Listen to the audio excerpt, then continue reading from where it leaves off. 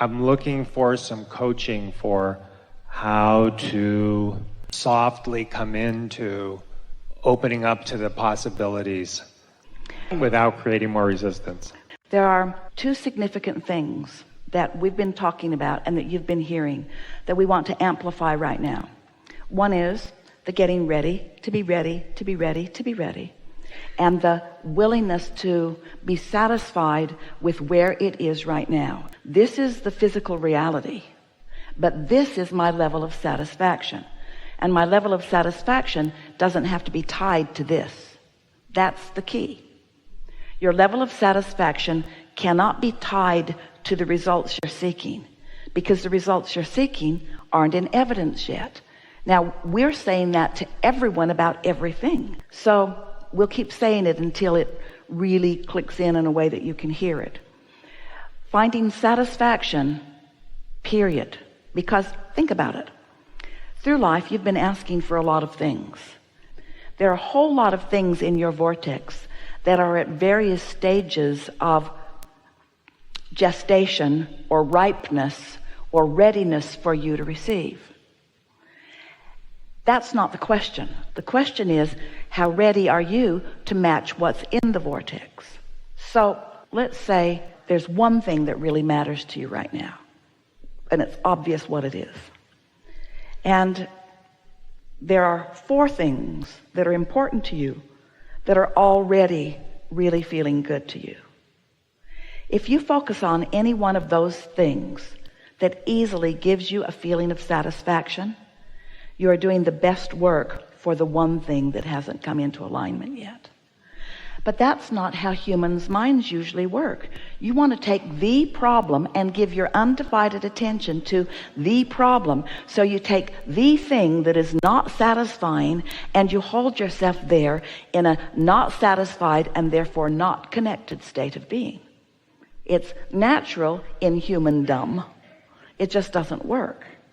And so it really is about, not just about finding some distraction. Esther has been really enjoying this game of satisfaction to the point that she's pretty sure if anyone were traveling with her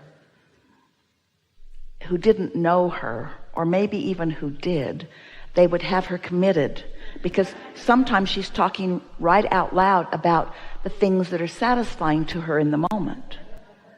She'll be walking down the ramp on the airplane saying, "This is so satisfying. This is so satisfying. It's so satisfying." Sometimes she does the highway patrol thing that the highway patrol does in California, where they zigzag across all the lanes of traffic in order to slow everyone down. She does that with her bag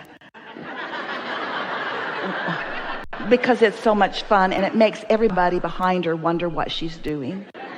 She just wants them to slow down and enjoy what's written on the walls in the ramp. There are lots of beautiful pictures and wonderful things. She's just sort of playing a game of satisfaction with life these days for no good reason other than it's sort of kind of fun. Just find any reason that you can find and practice it. And then those things become more and more and more satisfying until the one thing that isn't satisfying becomes irrelevant in the satisfaction game. So what we're asking of you is to not play a reality game. We're asking you to play the satisfaction game, because there's a lot that's satisfying, isn't there? There's a lot that's satisfying. Everything you want's in your vortex, and the only thing that keeps anybody from the full manifestation, the complete manifestation of anything that's in the vortex, is resistance that you've practiced. Well, when you stop practicing resistance, not because you don't have a reason to, you do, but because there are more satisfying things that are occupying what you're focusing upon. But if you get the cart before the horse, if this matters so much that then it clogs up that, then that's clogged up, and that improvement doesn't happen. We've been telling people for quite a while, we want you to be happy anyway.